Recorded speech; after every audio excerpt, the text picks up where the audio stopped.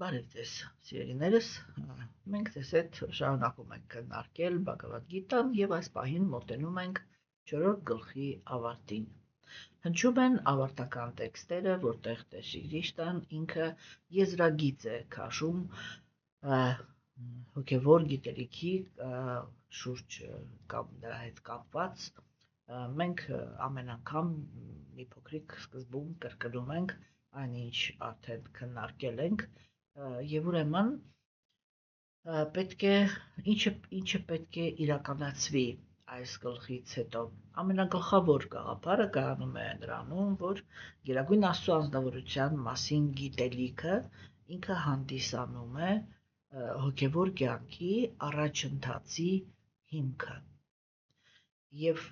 էգոիզմը իր բոլոր արտահայտումներով բոլոր փուլերում հաղթահարվում է միայն եւ միայն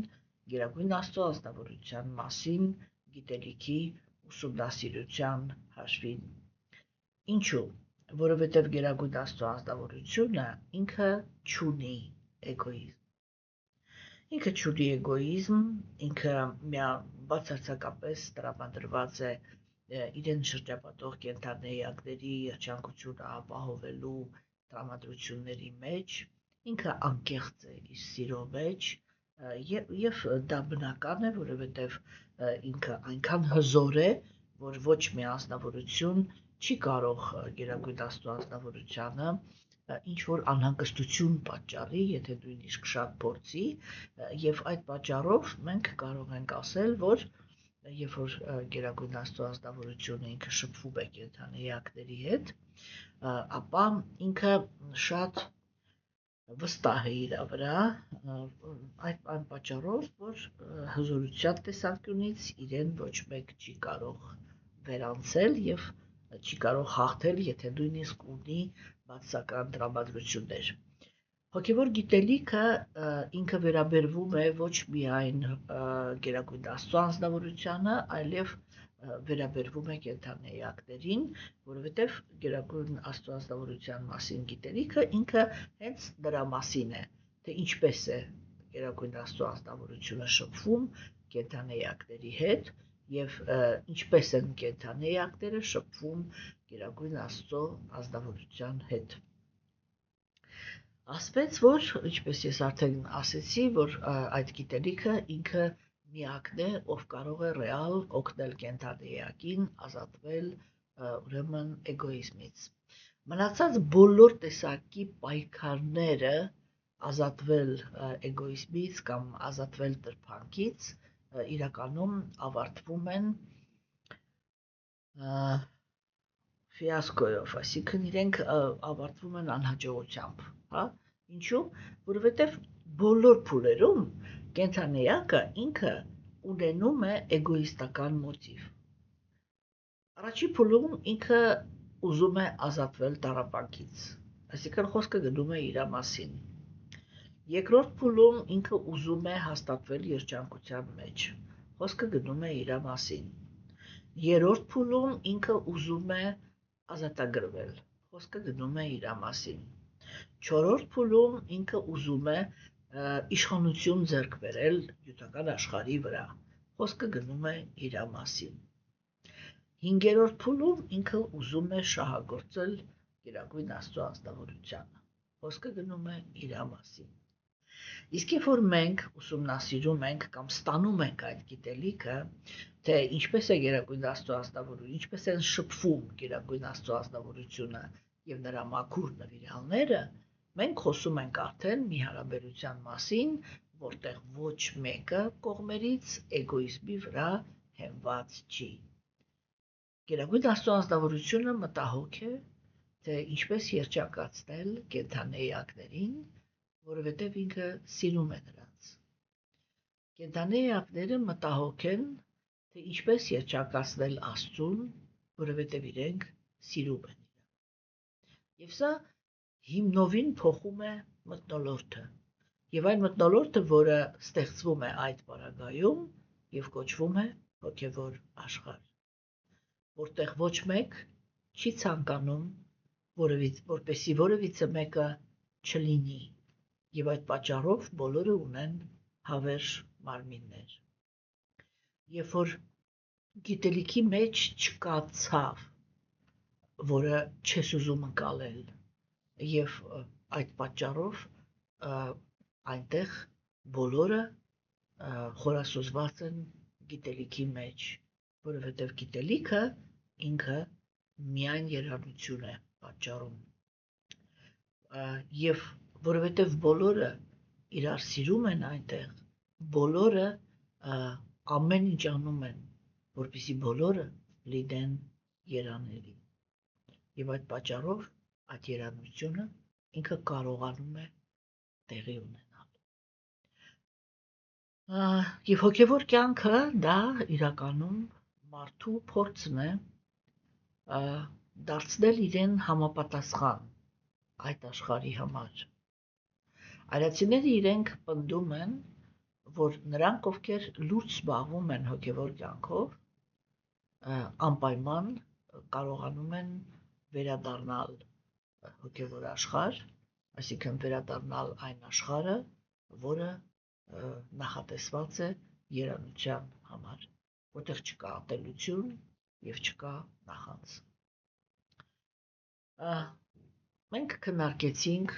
գիտելիքի բոլոր բաները, բոլոր բաղադրիչները։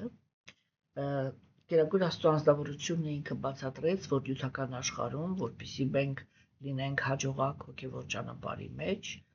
պարտադիր պետք է գտնենք հոգևոր ուսուցիչ, որը ինքը տիրապետում է իրական գիտելիքի, եւ երբ որ այդ գիտելիքը ինքը գտնվում է, այդպիսի անձնավորությանը պետք է ծառայել։ Տեքստը հնչեց այդպես, որ հարցադրումներ կատարի հոգևոր ուսուցչին եւ ծառայիր դրան։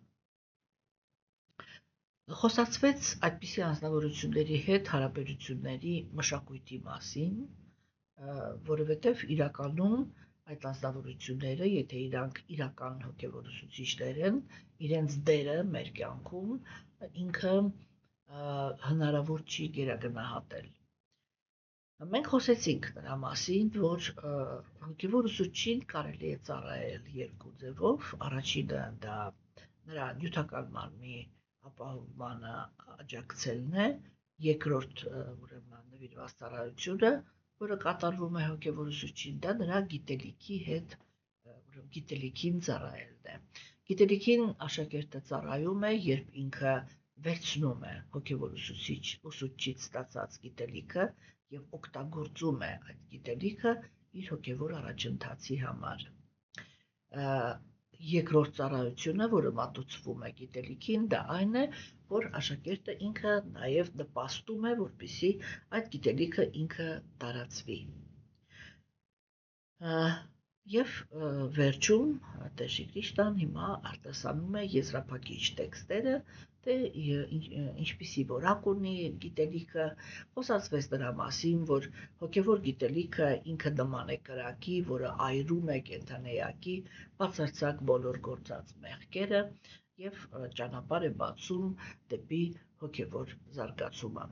Մեր այսօրվա տեքստը 39-րդ տեքստը ավարտական տեքստերն են, ինչպես ես ասեցի 4-րդ գլխի,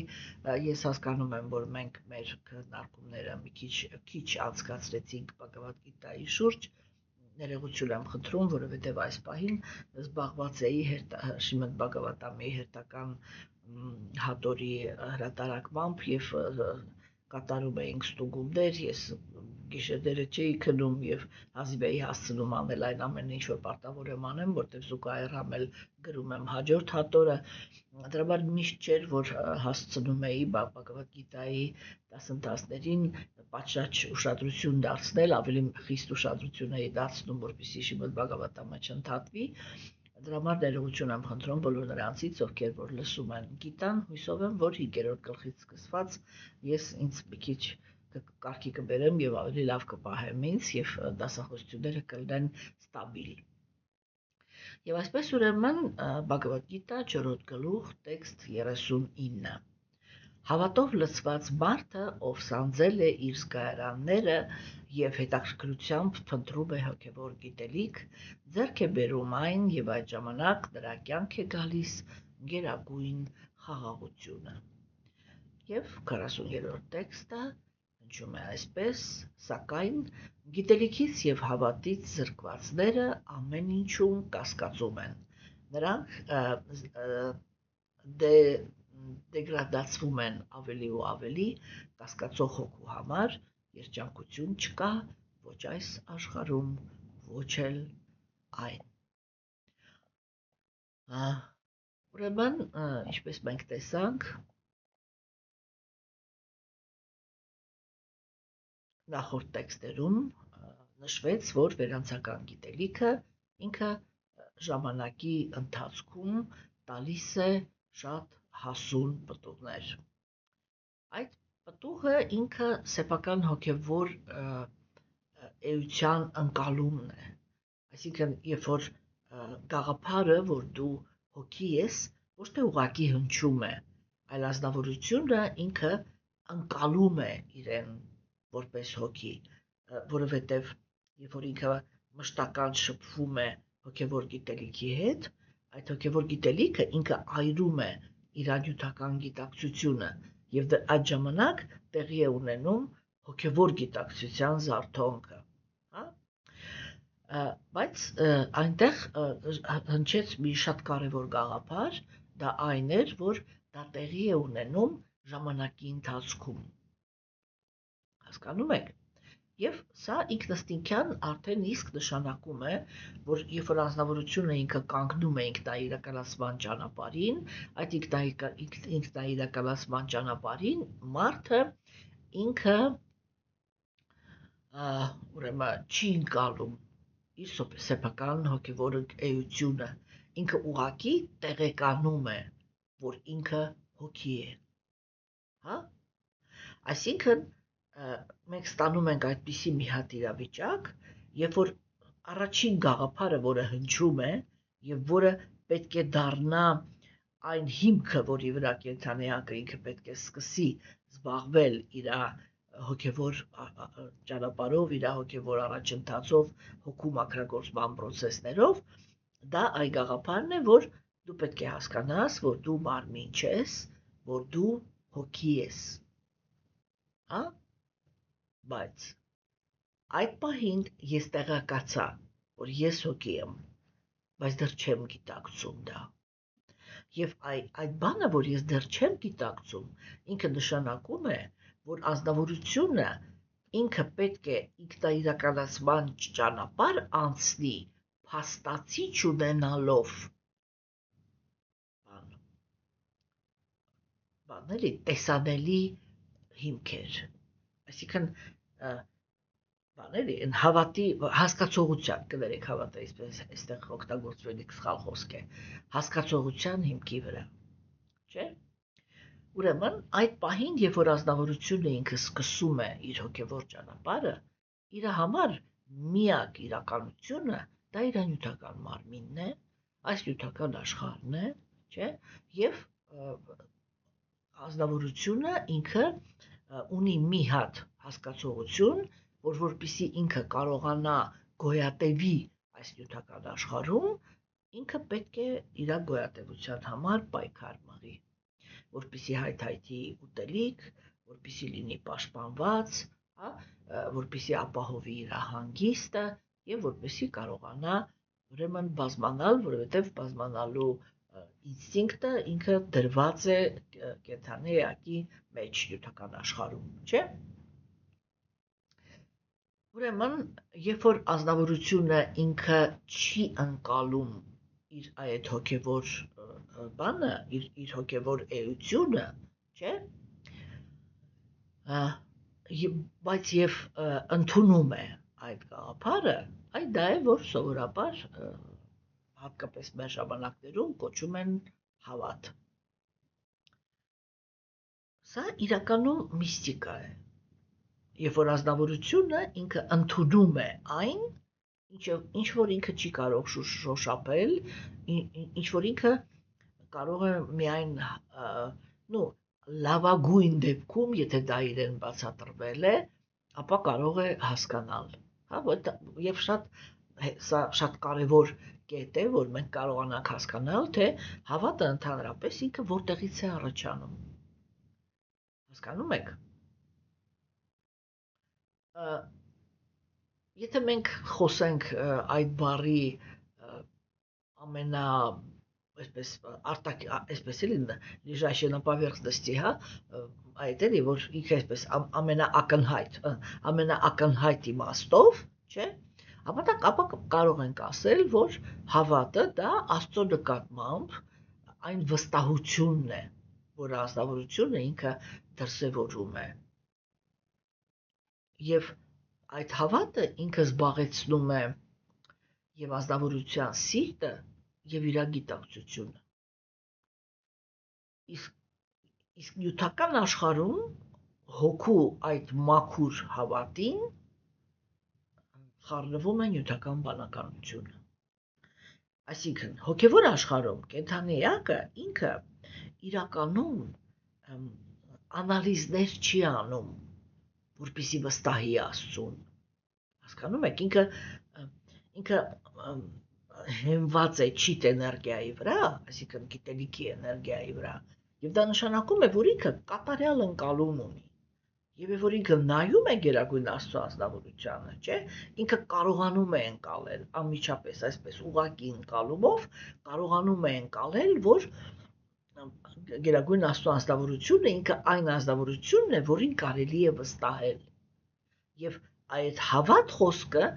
ինքը հենց վստահության մասին է, երբ որ խոսքը գնում է հոգևոր աշխարհի մասին։ Հասկանում եք։ Իսկ նյութական աշխարհում այդ հոգու այդ պարզ հավատին, որը ինքը ունի հոգևոր աշխարհում Գերագույն Աստծո ազնվորության հանդեպ, չէ՞, այդ կենդանիակները, որոնք իրեն գալիս են նյութական աշխարհ, իրանք հենց այն կենդանիակներն են, որոնք այդ մաքուր վստահությունը կամ մաքուր հավատը Աստծո հանդեպ, հա, խառնվել է էգոիզմի հետ։ Այսինքն կոնկրետ իմ դիրքը, կոնկրետ ինչ-որ մի բան իմ վիճակի մեջ ինձ չի բավարարել։ Եվ դա անվստահություն է ստեղծել Աստծո հանդեպ, չէ՞։ Ուրեմն նյութական աշխարհում եւ Բաքսիվիդոտ Թակուրը, կներեք, Բաքսիվիդոտ Թակուրը ինքը այդպես է բացատրում այդ կետը, որ այդպիսի տրամադրության մեջ են մտնում, այսինքն վստահությունը կորցնում են Աստծո հանդեպ, այն կենդանիակները, որոնց գիտելիքը ինքը սակավ է։ Այսինքն իրանք չեն կարողանում ճիշտ գնահատել Աստծուն։ Եվ այդպիսի կենդանիակներ իրանք գալիս են նյութական աշխարհ։ Եվ նյութական աշխարհում ապրում են այն կենդանիակները, որոնց այդ մաքուր հավատը կամ մաքուր վստահությունը ինքը արդեն խառնված է նյութական բանականության հետ։ Չէ՞։ Եվ մենք տեսանք, որ Գերագույն Աստծո ազնվորությունը ինքը հենց այդ գաղափարը առաջ քաշեց, որ հենց այդ նյութական էգոիզմով լցված բանականությունն է, որ բացարձակապես ծածկում է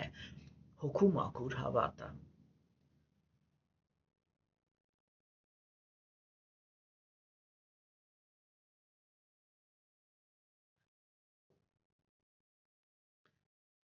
Հետագայում մենք ձեզ հետ մի քանի անգամ արդեն քննարկել ենք դա, որ Տեր Քրիստոսն ինքը կասի, որ իրեն դիմում են 4 տեսակի մարդիկ։ Նրանք, ովքեր տառապում են, նրանք, ովքեր հաջողության են ուզում հասնել այս աշխարհում, նրանք, ովքեր հետաքրքրասերներ են, եւ նրանք, ովքեր իրոք փնտրում են ուրեմն ճշմարտությունը։ Ինչի մասին է այստեղ խոսքը։ Նյութական գոյության ընթացքում առաջացած խնդիրները լուծելու համար կենդանի էակը ինքը պետք է առաջին հերթին կարողանա ազատվել տառապանքից եւ հաստատվել հաջողության մեջ։ Իր այդ գոյության մեջ առաջին հերթին կենդանի էակը հույսը դնում է իր հնարավորությունների վրա։ Հա? Ինքը հույսը դնում է իր հնարավորությունների վրա, երբ որ այդ հնարավորությունները չեն հերիքում այդ խնդիրը լուծելու համար, երկրորդ քայլով կենթանեակը ինքը հույսը սկսում է դնել, եթե մենք այսպես բանով ասենք, ապա հույսը սկսում է դնել իր բարեկամների վրա։ Կներեք անջատեմ։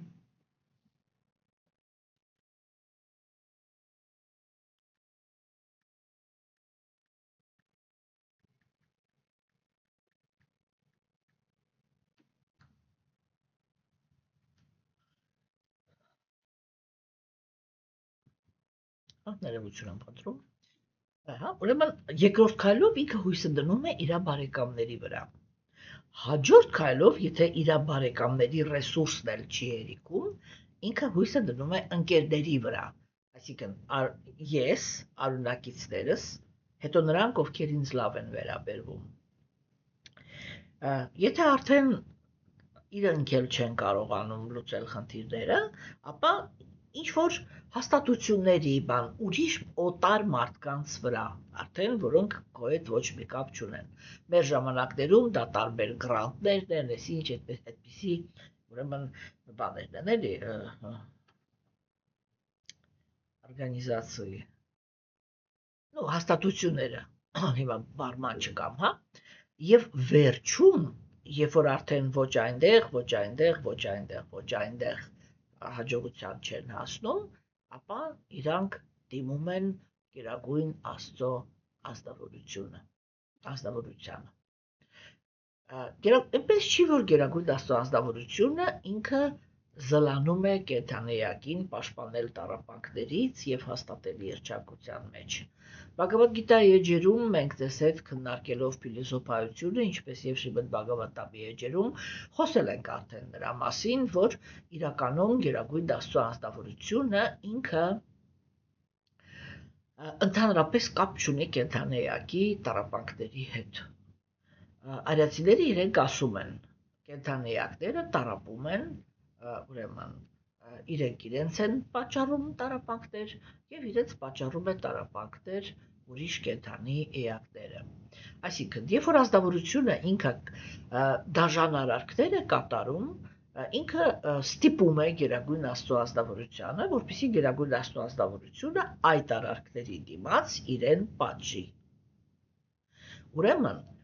տառապանք պատճառողը Գերագույն Աստծո ազնվորությունը չի, այլ մենք ենք, երբ որ մենք մեր քայլերով ուրեմն դրդում ենք, ստիպում ենք Գերագույն Աստծո ազնվորությանը, որ ինքը այլ ելք չունենա մեզ կանգնացնելու, բացի պատիժ տալ։ Հասկանում եք, չէ՞։ Եվ ուրեմն, իսկ այդ պատճառով, երբ որ կենթանեակը ինքը արդեն տառապանքից ազատվելու համար մոտենում է Գերագույն Աստծո ազնվորությանը, մենք դա քննարկել ենք բազմիցս, Գերագույն Աստծո ազնվորությունը ինքը պայման է դնում կենթանեակի առաջ։ Ինքը ասում է, որպեսզի դու չպատժվես, դու պետք է ուղղակի դադարես անել այնպիսի գործողություններ, որոնց դիմաց ես քեզ պատժում եմ։ Որովհետև դու պիտի հասկանաս, որ այդպիսի բանաձև չկա, որ եթե դու դիմեցիր ինձ, դա նշանակում է, որ դու կարող ես ում հետ ինչ ուզում ես անես եւ դրա դիմաց ոչ մի պատասխան չստանաս։ Այդպիսի բան հնարավոր չի։ Եթե դու շարունակում ես ուրիշ կենթանի էակներին ցավացնել, իրանց դժբախտություն ցանկանալ, մահ ցանկանալ, տառապանք ցանկանալ եւ այդ հələ հերիք չի ցանկանալ, այլև փորձ կատարել դա իրականացնել, հերիք չի փորձ կատարել, այլև հաջողության հասնել այդ գործում, ես ստիպված եմ լինելու քեզ միշտ պատժել, անկախ նրանից դու ինձ ես դիմում, թե ինձ չես դիմում։ Հասկանում եք, այսինքն մենք դա բազմիցս քննարկել ենք, որ Գերագույն Աստծո ազնվորությունը ինքը պայման է դնում, մաքրությունն է պայմանը, որից հետո ինքը պատրաստ է պաշտպանել։ Ինչու՞, որովհետև երբ որ կենթանեակը ինքը դադարում է, այսինքն ինքը իրան տառապանքի պատճառ դառնալ, չէ՞, այստեղ կանգնում է երկրորդ հարցը, որ նյութական աշխարհում ապրում են ագրեսիվ կենթանի էակներ։ Եվ երբ որ ինքը անձնավորությունը դադարում է ընդհանրապես լինել ագրեսիվ ուրիշների նկատմամբ, չէ՞, իրա նկատմամբ չեն դադարում լինել ագրեսիվ։ Եվ եթե հոգևոր ճանապարհին այդպիսի անձնավորությունը ինքը հատկապես ինչ-որ նյութական ձեռքբերումներ է ձեռք բերում, որովհետև երկրորդ փուլով Գերագույն Աստծո անձնավորությունը ինքը հոգևոր մարդուն հաստատում է երջանկության մեջ, իսկ երջանկության հիմնական բաղադրիչներից մեկը, առաջին հիմքը ներկայացնող բաղադրիչը դա բարեկեցությունն է։ Եվ եթե այդպիսի հոգևոր մարդը ինքը այնքան է գոհացրել Գերագույն Աստծո անձնավորությանը իր բարոյականության մակարդակով, որ Գերագույն Աստծո անձնավորությունը սկսել է հոգ տանել նրա բարեկեցության մասին, չէ՞, իհարկե, աստվածամերժ կենդանիակները, որոնց հիմքը նախանձն է, իրանք անմիջապես նախանձով են լցվում եւ կարող են շատ այսպես դաժան վատ արարքներ կատարել այդպիսի անձնավորության հանդեպ, ինչու են իրանք դա ազատ անում, որովհետեւ իրենք գիտակցում են, որ հոգեվոր մարդը ինքը իր մեջ ագրեսիա չունի եւ իրան կարելի է անակնկալի բերել հարձակվելով նրա վրա, հասկանում եք, եւ հաղթել եւ իր ձեռքից խլել իր ունեցվածքը, որը իրան տվել է Աստված, իրան իրական տվել է Աստված, հասկանում եք, չէ՞, եւ այդ խնդիր այդտեղ է, որ Գերագույն Աստծո անձնավորությունը ինքը կանգնում է պաշտպանության։ Ընդ որում, պաշտպանությունը ինքը լինում է երկու տեսակի։ Մեկը դա նա է, որ Գերագույն Աստծո անձնավորությունը թույլ է տալիս, որպեսզի անձնավորությունը գա եւ հոգեվոր մարդուն այդպիսի նեղություն պատճառի։ Եվ պատժում է հետո, արդեն արածի համար։ Հա? Հիմա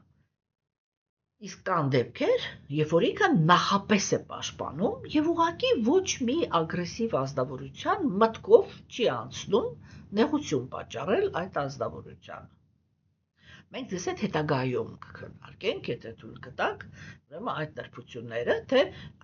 դա ինչից է կախված։ Հիմա ուղղակի հիշեք, որ կա այդպիսի երկու ճյուղ, որ Գերագույն Աստծո անձնավորությունը ինքը այդ տառապանքից պաշտպանելուց հոգևոր մարդուն մեկ-մեկ իրականում ինքը չի պաշտպանում եւ այդ հարձակումները իրանք տեղի են ունենում,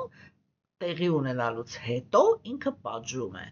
իսկ մեկ-մեկ հենց նախապես պաշտպանում է եւ ուղղակի թույլ չի տալիս, որպեսզի այդպիսի անձնավորությանը որևիցե մեկը որևիցե անհանգստություն պատճառի։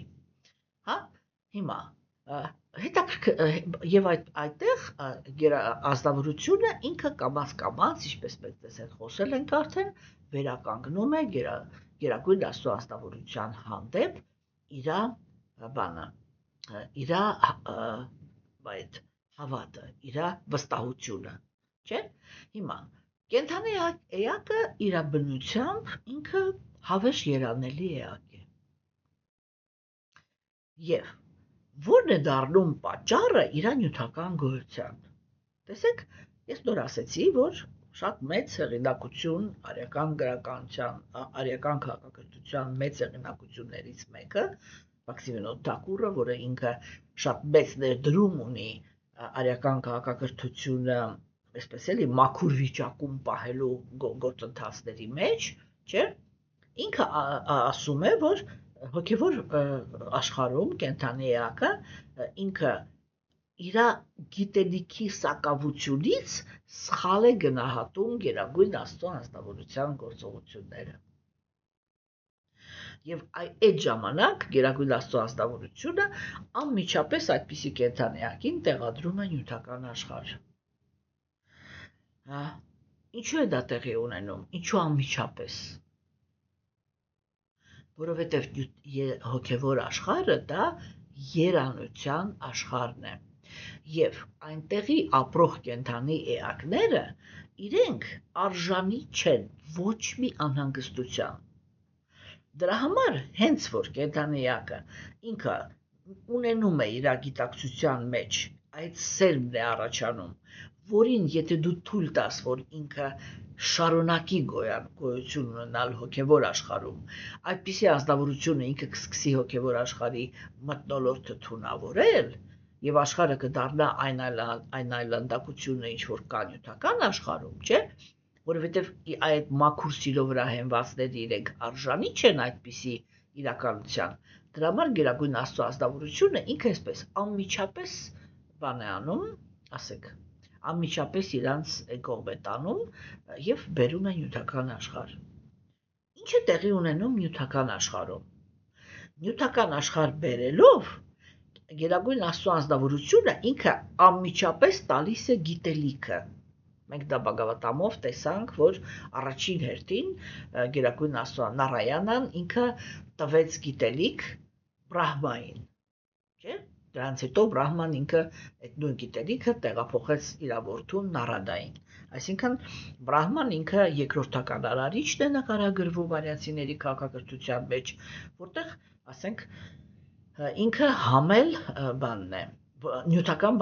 բանականության մարմնավորումը, չէ՞։ Այսինքն էությամբ եթե վերցնում ենք, ինչ է տեղի ունենում։ Կենդանեակը ինքը ինչ-որ մի բան է հոգևոր աշխարհում սխալ գնահատեց։ Այդ սխալը շտկելու հնարավորությունը իրան հոգևոր աշխարհում չի տրվում։ Ավելի շուտ գիտեք ինչ, ես ավելի ստույգ կլնեմ, եթե ասեմ, որ իրականում տրվում է։ Իրականում մի պահ նրանից ավելի բանիմաց հոգիները իրանք փորձում են, երբ որ նկատում են այդ խաղերը իր մտքի մեջ, իրանք փորձում են իրեն կանգնացնել։ Դրա համար ասվում է հեղինակությունների կողմից, որ այն հոգիները, որոնք իրենք սխալ գնահատեցին, բայց տրվեցին իրենցից ավելի բարձր դիր կրավող հոգիներին, նրանք չեն ընկնում, որտեղ այդ բարձր հոգիները իրենք լրացնում են գիտելիքը եւ ազնվորությունը ինքը վերականգնում է իր վստահությունը Աստծո հանդեպ։ Հասկանում եք։ Բայց կան հոգիներ, որոնք իրենք չեն ընդունում այդ հեղինակությունների խոսքերը, իրենց բացատրությունները եւ իրանք մնում են այդ դժգոհ վիճակի մեջ։ Այդտեղ գերագույն Աստծո անձնավորությունը անմիջապես ուղարկում է նյութական աշխարհ։ Իր համար նյութական աշխարհը դա վերադաստիարակման տեղն է, որտեղ ինքը կենդանեակի երկու ցանկությունն է կատարում հիմնական։ Առաջինը դա նա է, որ կենդանեակը ինքը ուզում է լինել գլխավոր վայրողը, այսինքն զբաղեցնել Աստծո տեղը։ Ինքը ուզում է լինել գլխավոր վայրողը, որ որտեղ ինքը հայտնվի, կոպիտ ասած, ամեն ինչը պտտվի իր շուրջ։ Եվ սա Աստծո հանդեպ նախանձի դրսևորումն է։ Երկրորդ հերթին կենդանեակները ուզում են ունենալ առավելություն։ Եվ սա նվիրալների հանդեպ նախանձն է, որովհետև հոգևոր աշխարհում կան զանազան նվիրալներ, որոնք իրենք զանազան տեղեր են զբաղեցնում հոգևոր աշխարհում, չէ՞, օրինակ, կա գերագույն Աստծո անձնավորության սիրեցյալը, եւ նրա դիրքը ամենաբարձրն է, Աստծուց հետո ամենաբարձր դիրքը ունի նրա սիրեցյալը։ Եվ կա հոգևոր աշխարհում ծաղիկը։ Եվ եթե ծաղիկը ինքը մնում է դժգոհ իր դիրքից, չէ, ինքը իրականում նախանձում է գերագույն Աստծո անձնավորության սիրեցյալին, որովհետև ինքը բարձր դիրք ունի։ Եվ այդ երկու ցանկություններով է գալիս կենդանի էակը նյութական աշխարհ։ Կենդանի էակը ինքը գալիս է այդ երկու ցանկությունը իրականացնելու հնարավորության համար։ Իսկ գերագույն Աստծո անձնավորությունը նյութական աշխարհը արարում է, որպեսզի կենդանի էակը ինքը վերանայի այդ իր երկու գաղափարը եւ վերադառնա իր երանելի կյանքին։ Հիմա սա հակասություն է, որովհետև կենդանեակը ինքը չի մտածում այդ ժամանակ, որ ինքը պիտի փոխվի։ Ինքը ուզում է ունենալ հնարավորություն լինել գլխավոր վայրողը եւ միշտ պայքարել, որպեսզի ուրիշ կենդանեակները ընդունեն իր բարձր դիրքը։ Դա է հոգեբանական խնդիրը, ինքը դա է։ Ես միշտ ասում եմ, որ հոգեբանները իրենք սահմանափակ իրենք շատ լավ տիրապետում են, գերգերազանց հիմա տիրապետում են տգիտության և կրքերի գոյավիճակի ազդեցության տակ գտնվող մարդկանց հոգեբանությանը, որտեղ իրանք ուղղակի ուրիշ հոգեբանություն չեն տեսել։ Արիացիները իրանք ասում են, նույնիսկ նյութական աշխարհում կա մի հատ ուրիշ հոգեբանություն, որը ինքը այլ մոլորակային է դարձնում ընդհանրապես այդ անձնավորություններին տգիտության և կրքերի մեջ գտնվողների հետ համեմատ։ Մենք սա բազմիցս քննարկել ենք։ Դրանք առաքինության գոյավիճակի անձնավորություններն են, բայց կա հոգու հոգեբանությունը, և դա հոգևոր դաշտի առավելությունն է, որ եթե ինքը ունի իր մեջ հոգու և գերագույն Աստծո անձնավորություն գիտելիք, ինքը տիրապետում է բարձրագույն հոգեբանությանը։ Հասկանում եք, այսինքն ինքը հասկանում է կենդանեակի նյութական աշխարհում դրսևորվող հոգեբանության քոքը։ Եվ դա այդ երկու գաղափարն են։ Ես եմ գլխավոր վայելողը և ես ձգտում եմ առավելության։ Եվ սա ոչ թե կեղծ, սա հոգու պահանջն է, հոգու կարիքն է, որը տեղի է ունենում և որի պատճառով կենդանեակը ինքը տեղավորվում է նյութական աշխարհ։ Հիմա տեսեք, ուրեմն այս սրա պատճառով է, որ արիացիները իրենք այդքան կարևորում են գիտելիքը։ Այսինքն իրենք ասում են, հոգու բոլոր խնդիրները առաջացան գիտելիքի պակասից։ Հոգևոր աշխարհում բոլորը զբաղված են իրենց երանելի կյանքով։ Եթե շատ կոպիտ ասեմ, կներեք էլի, պրոստը որ իմաստը հասկացվի, իմ նիդա է տվը, էլի, իրանք բան են, իրանք զբաղված են իրանց երանությամբ, Աստծո երանությամբ, և շատ կոպիտ ասած, ժամանակ չունեն, հասկանում եք, որ դառնան դասատու և սկսեն փիլիսոփայություն բացատրել։ Այդ դրա համար կենդանեակը ինքը իզոլացվում է նյութական աշխարհ, նյութական աշխարհում իրան առաջի հերթին տրվում է գիտելիքը, և ուսումնասիրելով այդ գիտելիքը մաքուր նվիրալների շնորհիվ, ճիշտ հասկացողություն զարգացնելով, կենդանեակը ինքը լուծում է իր լրացնում է այն պակասը, որը իրան խանգարել էր, որ ինքը հոգևոր աշխարհի իրականությունը ճիշտ գնահատի։ Հասկանում եք, և դրա համար է, որ հոգևոր գիտելիքը ինքը դառնում է այդքան կարևոր, որտեղ տգիտությունն է կենդանեակին բերել, և գիտելիքը պիտի իրան հանի։ Հասկանում եք, և այստեղ մենք ուրեմն պետք է հասկանանք, որ հիմա այդ տեքստերը, որը ինքը գերագույն Աստծո անձնավորությունը ինքը բան է անում, բերում է, սրանք արդեն խոսում են այդ արդյունքի մասին, որը կենդանեակը ինքը ստանում է, եթե ինքը ուսումնասիրում է։ Շատ կարևոր է այն հոգևոր գիտելիքը, որը իր մեջ գիտելիք է պարունակում հոգու և Աստծո մասին և նրանց հարաբերությունների մասին։ Ես բազմիցս ասում եմ, և ոչ թե ինչ-որ ես հույսով եմ, որ դուք դա ընկալել եք արդեն, որ ոչ թե ես ինչ-որ ֆանատիկ եմ, այլ որտեղ դա ուղղակի փաստ է։ Եթե կա ինչ-որ ուրիշ փաստ, խնդրեմ ներկայացրեք, ես մեծագույն հաճույքով կընդունեմ։ Դուք դաժե չեք կարող ձեզ պատկերացնել, թե ինձ համար ինչ երջանկություն կլիներ, եթե ես հանկարծ իմանայի, որ կա որևիցե մի սուրբ գրվածք, որը այսքան մանրամասը քննարկում է հոգու և Աստծո գիտելիքը, ես երջանկությունից ուղղակի կպարեմ, բայց փաստը կայանում է նրանում, որ այն սուրբ գրվածքները, որոնց հետևում է մարդկությունը այս պահին, իրանք իրանց մեջ Աստծո մասին, հատկապես հոգու մասին, համարյա գիտելիք չեն պարունակում։ Եվ սա արդեն նշանակում է, որ չկա այդպիսի սուրբ գրվածք, որի հիմքի վրա կարելի է վերադառնալ հոգևոր աշխարհ։ Դրախտային մոլորակներ խնդրեմ,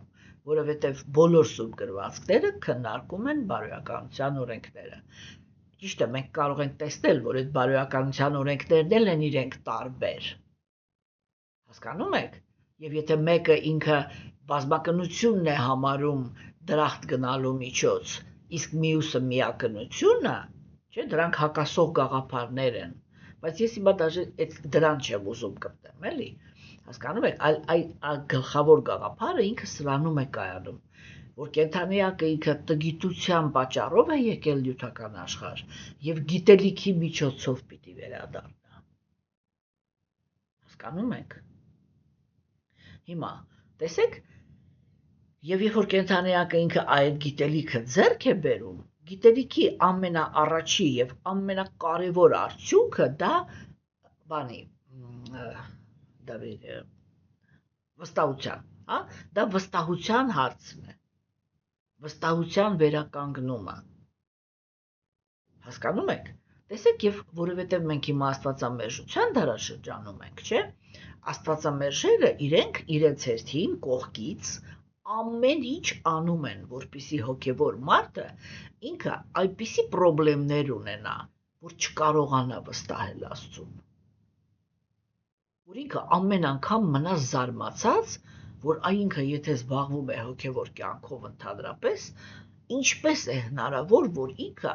ունենա այդպիսի կյանք, ինչպիսի կյանք որ ունի։ Հասկանում եք։ Եվ սա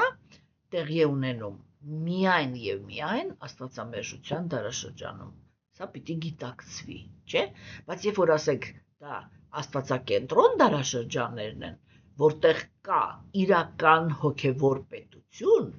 եւ գոյություն չունի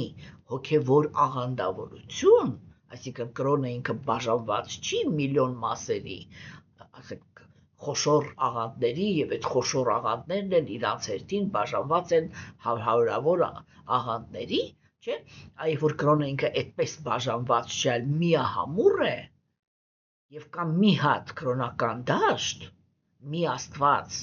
կիս աստվածներ, այդ ամեն ինչը այսպես էլի մենք շատ ենք քննարկել Բhagavatam-ով այդ հարցերը, չէ՞, այ երբ որ այդ ամեն ինչը կա, չէ՞, կենդանիակը ինքը շատ բարենպաստ պայմաններ է ստանում իր հոգևոր զարգացման մեջ եւ շատ արագ է բանանում, էլի վերականգնում իր վստահությունը։ Աստվածամերժության դարաշրջանում աստվածամերժերը տառապանք են պատճառում հոգևոր մարդուն։ Հոգևոր մարդը չի կարողանում հասկանա, բա Աստված ուր է։ Իսկ ամբողջ խնդիրը կայանում է լրիվ ուրիշ հարցի մեջ։ Իսկ ինչ եմ արել ես, որ ծնվել եմ աստվածամերժության դարաշրջանում։ Հասկանում եք, այսինքն մտածելակերպի ելակետը ինքը պետք է ուրիշ տեղ լինի, որ փաստը նա է եւ ասենք հիմա աստվածամերժության դարաշրջանում, չէ՞, գտնվում են հոգևոր կյանքի մեջ են մտնում այն հոգիները, որոնք իրենք աստվածամերժության դարաշրջանի հոգիներ են, այսինքն մեղավոր հոգիներ են, որոնց տրվում է հնարավորություն, ինչպես եւ բոլոր դարաշրջաններում, վերականգնել իրենց կրոնականությունը։ Եվ այդ վերականգնելու ընթացքը, չէ, հիմա տեսեք, այսինքն աստվածամերժության դարաշրջանում ներկա են մաքուր նվիրալները, որոնք իրենք գալիս են այդ ամենադժվար տարածքը, ամենադժվար ժամանակաշրջանը, որպեսզի կենդանիակներին, որոնք իրենք արդեն ուզում են վերադառնալ դեպի կրոն, օգնեն, աջակցեն, որպեսզի իրենք դա անեն։ Հասկանում եք։ Եվ այդտեղ ինքը կանվերը այսպես է, էլի, ուրեմն աստվածամ աշխարհիկ, հա, աշխարհիկ պետություններն են, այսինքն հասարակությունները, այսինքն աստվածամերժ հասարակություններն են, որոնք իրենց մեջ հանդուրժում են միայն այն կրոնը, որը ինքը ուրեմն ունի կրոնական ծիսակատարություններ, բայց չի հետևում կրոնի բարոյականությանը։ Այսինքն ձևական, հա, աթեիստական բանը, դարաշրջանը, ինքը աթեիստները իրանց մեջ երկու գաղափար կա։ Առաջինը դա նա է, որ իրանք չեն հանդուրժում, որ ստեղծվի իրական հոգևոր պետություն։ ամեն ինչ արվում է, որ դա թույլ չտրվի։ Եվ որտեղ իր աստվածամեժերը իրականում բավականին ագրեսիվ են կրոնին վերաբերվում իրանց սրտում։ Իսկ եթե արդեն իրանք ունեն այդ պետությունը, չէ՞, հիմա փաստացի կան հոգիներ, որոնք իրենք ուզում են վերադառնալ կրոն, որովհետև տառապանքի եւ աղքատության մեջ հասել են այս սահմանին вообще։ Եվ արդեն ուզում են Աստծո պաշտպանությանը դիմել, չէ՞։ Ուրեմն, իրանց առաջի հերթին մտցնում են այսպես կոչված կեղծ կրոնականության մեջ, որտեղ կրոնականությունը ինքը ընդունում է, այսինքն արտաքին բանը պահված է, то есть կա իլյուզիա, որ ես կրոնի մեջ եմ, որովհետև կատարում եմ կրոնական ծիսակատարությունները։ Բայց հենց որ դուրս եմ գալիս այդ ծիսակատարություններից, ապրում եմ ոնց ուզում եմ, ում ուզում եմ ատում եմ, ում ուզում եմ նախանձում եմ, ում ուզում եմ կեղտոտություն եմ անում, ում ուզում եմ ինչ ուզում եմ անում եմ, հա, վերջում գալիս եմ ասում եմ Աստված ջան օգնի, դա ձևական կրոնն է։ Եվ աստվածամերժությունը ինքը հանդուրժում է այդպիսի կրոնի ներկայությունը։ Հիմա այս ձևական կրոնի մեջ հայտնվում են այն կենդանեակները, որոնք իրենք արդեն իրական մաքրագործման process են ուզում։ Եվ այստեղ է, որ կտրվում է թելը։ Եվ ամեն ինչը մտցվում է պրոստը բարոյականության դաշտ։ Որն է եւ բարոյականության իմաստն էլ, որը տալիս են աթեիստները, կայանում է նրանում, որ դու պետք է հանդուրժես, համբերես եւ ներողամետ լինես արատավոր մարդկանց հետ։ Դա ինչ է նշանակում, որ մենք քեզ կհանդուրժենք միայն այն պարագայում, երբ որ դու համբերում ես մեր այլանդակությունը, եթե շատ կոպիտ ասեմ, կներեք ինձ կոպիտ արտահայտության համար, այսինքն մեր արատավոր բնությունը, այդ ժամանակ մենք կհամարենք, որ դու հոգևոր մարդ ես։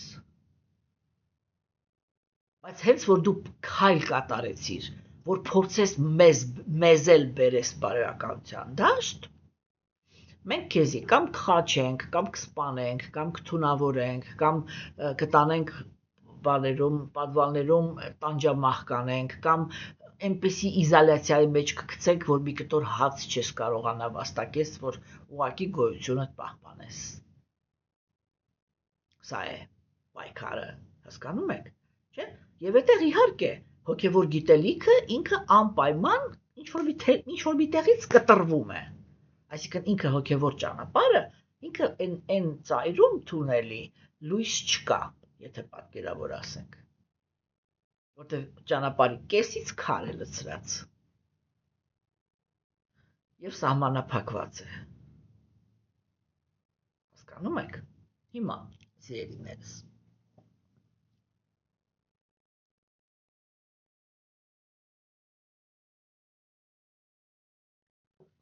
հիմա այստեղ Տեր Քրիստոսն ինքը ասեց, որ նրանք, ովքեր որ գիտելիքի շնորհիվ վերականգնել են իրենց վստահությունը, այստեղ այդ հավատ խոսքը ինքը այն երանգը չի,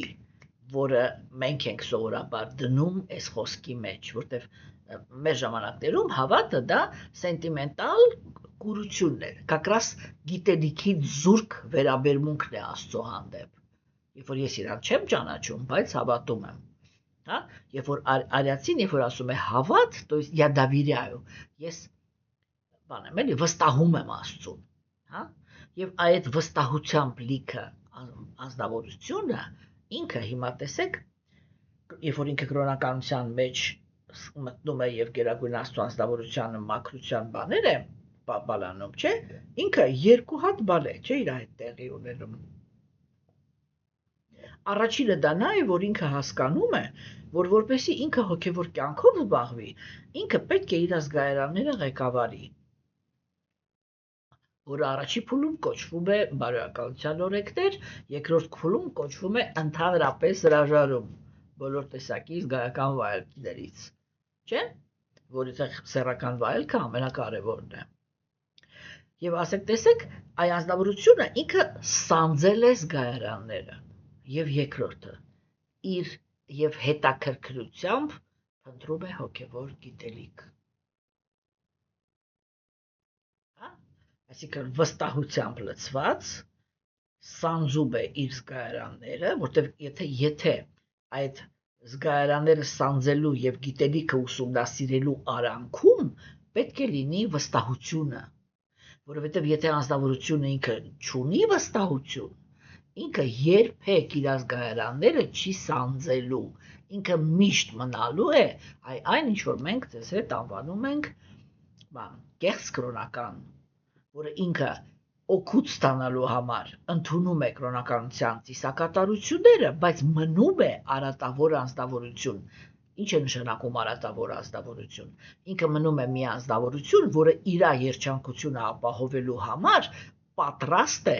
կատարել դաժան արարքներ։ Ինչու՞։ Որովհետև իրականում չի վստահում Աստծուն։ Հասկանում եք։ Այսինքն իր համար ինչ է նշանակում, այն ինչ է նշանակում Աստված ասում է դու պիտի դառնաս բարոյական, որպեսզի ես քեզ պաշտպանեմ։ Դա նշանակում է, որ այդ պահին Աստված ինձ գնահատում է որպես անբարոյական անձնավորություն։ Դա ով է ուզում մտածի, որ ինքը անբարոյական անձնավորություն է, եթե օրինակի համար, չգիտեմ, կենցաղային բռնություն է կիրառում։ Ինքն է որոշում, թե ով ինչպես պիտի շնչի, ով իրավունք ունի սարցարան բացի այդ ամենաբան մակարդակի վրա։ Բռնությամբ լցված գիտակցություն ունի եւ չի էլ համարում, որ ինքը ինչ-որ թերություն ունի։ Հասկանում եք, չէ՞։ Եվ այդ գաղափարը ինքը շատ կարևոր գաղափար է։ Եվ այդտեղ կենդանիակը իր հոգեբանության մեջ ունի, ենթագիտակցության մեջ ունի չվստահություն Աստծո հանդեպ, դրա համար ինքը ծիսակատարությունները կատարում է, բայց ինքը իր մեթոդները շփվել կենդանիակների հետ չի փոխում։ Հատկապես աստվածամերժության դարաշրջանում, երբ որ ինքը դուրս է գալիս եւ տեսնում է, որ բոլորը իրար հանդեպ կամ թշնամանք են տածում, կամ մրցակցում են իրար հետ, թե ով ավելի բարձր կարող է լինել, հա, եւ հանկարծ իրան առաջարկում են լինել բարի, լինել կոմպրոմիսների գնացող, լինել համբերատար, ինքը միանգամից հասկանում է, որ սա ճանապարհ է, որ դու դառնում ես հասարակության մեջ պրոստը կներեք տնական բառիս համար պրոստը քրջ։ Եվ դրա համար ինքը իրականացնում է այդ բանաձևը։ Ես այստեղ եկա ծիսակատարություն կատարեցի, որ դու ինձ օգնես, դուրս եկա, ես մրցակցող եմ եւ թշնամանք իրականացնող։ Всё, ինչի համար, որ կարողանամ հասարակության մեջ ընդհանրապես ինչ-որ մի բան ինձանից ներկայացնեմ։ Ինչի համար, որ կարողանամ լավ ապրեմ։ Հա, իսկ երջանկության ձգտումը դա հոգու որակն է, ոչ մեկ չի կարող այդ ձգտումը կենդանիակի մեջից հանել։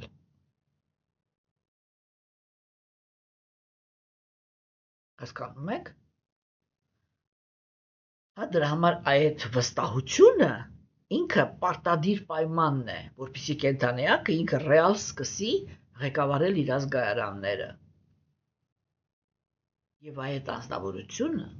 ով սկսեց ղեկավարել, այսինքն վերցրեց մաքրության սկզբունքները։ Մենք ձեզ հետ բազմիցս խոսել ենք, որ մաքրության ամենացածր սկզբունքները դա բուսակերությունն է, մսակերությունից հրաժարվելն է,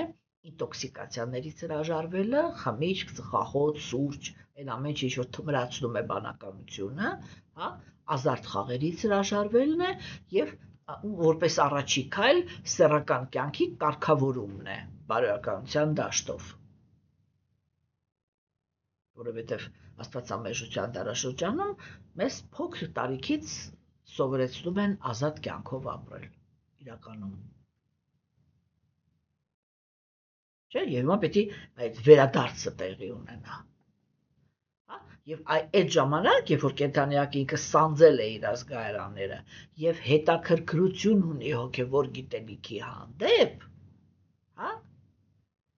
իր կյանք գալիս է խաղաղությունը։ Սա է խաղաղության բանաձևը։ Մնացած բոլոր խաղաղության մասին խոսակցությունները իրանք կրում են ժամանակավոր բնույթ։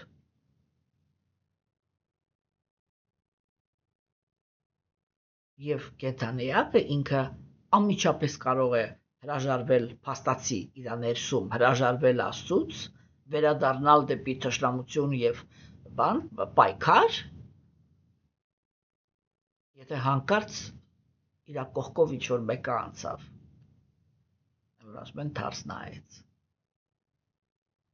Հասկանում եք, եւ այստեղ, այս տեքստով Գերագույն Աստծո անձնավորությունը ինքը խոսում է